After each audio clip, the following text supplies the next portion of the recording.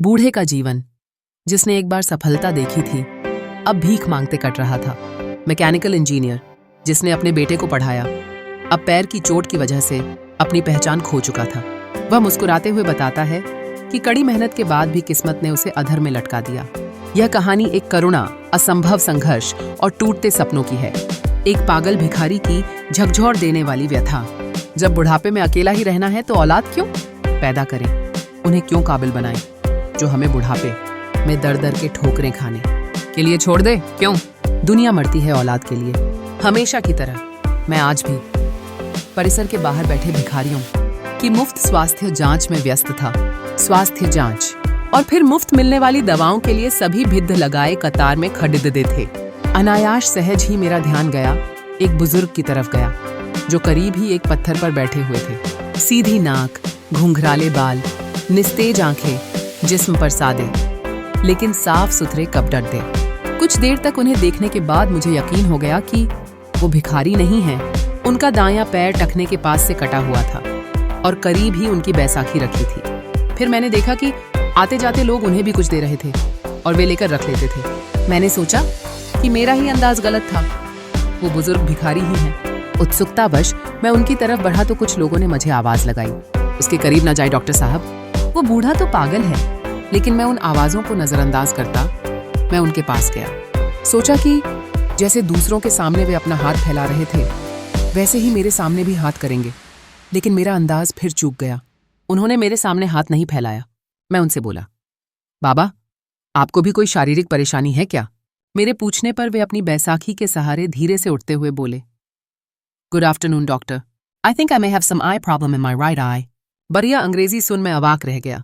फिर मैंने उनकी आंखें देखीं। पका हुआ मोतियाबिंद था उनकी आंखों में। मैंने कहा, मोतियाबिंद है बाबा, ऑपरेशन करना होगा। बुजुर्ग बोले, ओह, cataract? I had cataract operation in 2014 for my left eye am in Ruby hospital. मैंने पूछा, बाबा, आप यहाँ क्या कर रहे हैं? बुजुर्ग, मैं तो यहाँ रोज ही 2 घंटे भीख मांगता हूँ सर। मैं, ठीक है, लेकिन क्यों बाबा? मुझे तो लगता है आप बहुत पढ़े लिखे हैं। बुजुर्ग हंसे और हंसते हुए ही बोले, पढ़े लिखे? मैंने कहा, आप मेरा मजाक उड़ा रहे हैं बाबा। बाबा, oh no doc, why would I? Sorry if I hurt you. मैं, हर्ट की बात नहीं है बाबा, लेकिन मेरी कुछ समझ में नहीं आ रहा है। बुजुर्ग, समझ कर भी क्या करोगे डॉक्टर? अच्छा ओके, चलो हम उधर बैठते हैं, वरना लोग तुम्हें भी पागल हो कहेंगे। और फिर बुजुर्ग हंसने लगे।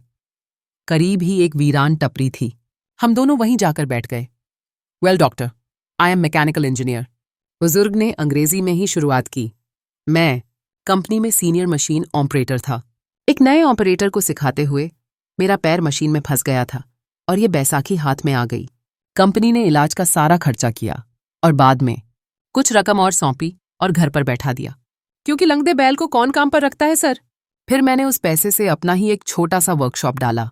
अच्छा घर लिया, बेटा भी मैकेनिकल इंजीनियर है। वर्कशॉप को आगे बढ़ाकर उसने एक छोटी कंपनी और डाली। मैं चकराया, बोला, बाबा, तो फिर आप यहाँ इस हालत में कैसे? बुजुर्ग, मैं किस्मत का शिकार हूं। बेटे ने अपना बिजनेस बढ़ाने के लिए कंपनी और घर दोनों बेच दिए। बेटे की तरक्की के लिए मैंने भी कुछ नहीं कहा। सब कुछ बेच बाच कर वो अपनी पत्नी और बच्चों के साथ जापान चला गया और हम जापानी गुड्डे गुद्दिया यहाँ रह गए। ऐसा कहकर बाबा हंसने लगे। हंसना भी इतना करुण हो सकता है, ये मैंने पहली बार अनुभव किया। फिर बोला, लेकिन बाबा, आपके पास तो इतना हुनर है कि जहां लात मारे वहां पानी निकाल दें। अपने कटे हुए पैर की ओर ताकते बुजुर्ग बोले, लात? कहां और कैसे मारूं, बताओ मुझे। बाबा की बात सुन मैं खुद भी शर्मिंदा हो गया। मुझे खुद बहुत बुरा लगा। प्रत्यक्षतः मैं बोला, आई मीन बाबा, आज भी आपको कोई भी नौकरी दे देगा, क्योंकि अपने क्षेत्र में आपको इतने सालों का अनुभव जो है। बुजुर्ग, यस डॉक्टर, और इसी वजह से मैं एक वर्कशॉप में काम करता हूं। 8,000 रुपए तनख्वाह मिलती है मुझे। मेरी तो कुछ समझ ही नहीं आ रहा था। मैं बोला, तो फिर आप यहां कैसे? बुजुर्ग, डॉक्टर, बेटे के जाने के बाद मैंने एक चौल में एक टीन की छत वाला घर किराए पर लिया। वहां मैं और मेरी पत्नी रहते हैं। उसे पैरालिसिस है, उठ बैठ भी नहीं सकती। मैं 10 से 5 नौकरी करता हूं। शाम 5 से 7 इधर भीख मांगता हूं और फिर घर जाकर तीनों के लिए खाना बनाता हूं। आश्चर्य से मैंने पूछा, बाबा, अभी तो आपने बताया कि घर में आप और आपकी पत्नी हैं, फिर ऐसा क्यों कहा कि तीनों के लिए खाना बनाते हो? बुजुर्ग। डॉक्टर, मेरे बचपन में ही मेरी माँ का स्वर्गवास हो गया था। मेरा एक जिगरी दोस्त था, उसकी माँ ने अपने बेटे जैसे ही मुझे भी पाला पोसा। 2 साल पहले मेरे उस जिगरी दोस्त का निधन हार्ट अटैक से हो गया, तो उसकी 42 साल की माँ को मैं अपने साथ अपने घर ले आया। तब से वो भी हमारे साथ ही रहती है। मैं अवाक रह गया। इन बाबा का तो खुद का भी हाल बुरा है। पत्नी अपंग है, खुद का एक पांव नहीं, घर बार भी नहीं। जो था वो बेटा बेचकर चला गया, और ये आज भी अपने मित्र की माँ की देखभाल करते हैं।